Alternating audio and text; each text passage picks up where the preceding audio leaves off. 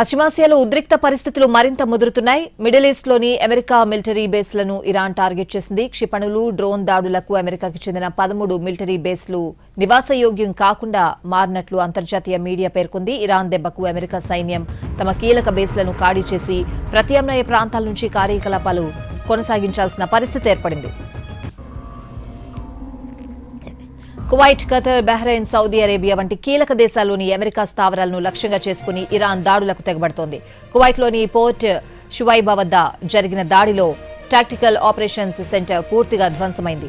6 America సైనికులు మరణించినట్లు సమాచారం. ఖతర్లోని అల్ ఉడైడ్ ఎయిర్ బేస్లో కీలక రాడార్ వ్యవస్థ దెబ్బతింది. బహ్రెయిన్లోని అమెరికా 5th ఫ్లీట్ సెంట్రల్ ఆఫీస్లో కమ్యూనికేషన్ వ్యవస్థపైనే డ్రోన్ దాడి జరిగింది.